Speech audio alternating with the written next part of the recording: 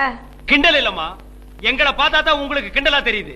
வருஷா வருஷம் மழையும் வருது, வருஷா வருஷம் புயலும் அடிக்குது, வருஷா வருஷம் குடிசையும் பாதிக்குது, வருஷா வருஷம் ஹெலிகாப்டர் சோத்து பொட்டலமும் போடுறீங்க, வருஷா வருஷம் மழை தண்ணியில மந்திரிக வேட்டியை மடிச்சு கட்டிட்டு ஜனங்களை பார்த்து துக்கம் விசாரிச்சாருன்னு கொட்டை இடத்துல வருது. இதுக்கு முடிவு சரி.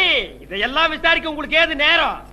எந்த பணக்காரன எந்த கோடீஸ்வரன் எங்க பாக்கலாம், அவங்கிட்ட எப்படி பொட்டு பொட்டியா வாங்கலாம், அதை எங்க கொண்டு போய் வைக்கிறான்னு யோசிக்கிறது தானே உங்க வேலை. நான் தெரியாம தான் கேட்கிறேன், ஒவ்வொரு கட்சிக்கு தலைமை ஆபீஸ் எவ்வளவு பெருசா இருக்கு, எங்களுக்கு என்ன இருக்கு? ஆனா மந்திரிகள் சம்பளத்தை கொஞ்சம் அதிகமா வாங்கி தொலைங்கன்னா கேட்கவும் மாட்டேங்கிறாங்க. இந்த லஞ்சம் வாங்குற மந்திரிகளை கூட தப்பு இல்ல. டேய், மந்திரிங்களே திட்டுறிய?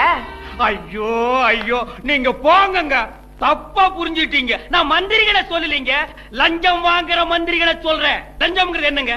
அதுவும் ஒரு வகையான திருட்டு தானே. ஏங்க, உங்க வீட்டுல ஒருத்தன் பூந்து பாத்திர பண்டங்களை எல்லாம் தூக்கிட்டு ஓடினா நீங்க என்ன பண்ணுவீங்க? பின்னாடியே தோர்த்து போய் சாத்துவீங்கல்ல. அதே மாதிரி தாங்க இதுவும்.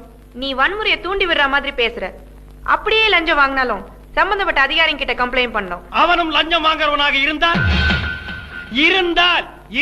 ஐயா ஐயா இருந்தால், அப்படி அவனும் லஞ்சம் வாங்குறவனாக இருந்தால் அவனுக்கு இப்படிதான். அதுக்காக சட்டத்தை நீங்களே கையில எடுத்துக்கிட்டா அப்புறம் போலீஸ் எதுக்கே இருக்கு? அது ஸ்டேஷன்ல பேப்பர்ல போட்டுருந்துச்சுங்கன்னா நாங்க எல்லாம் பார்த்தோம்னா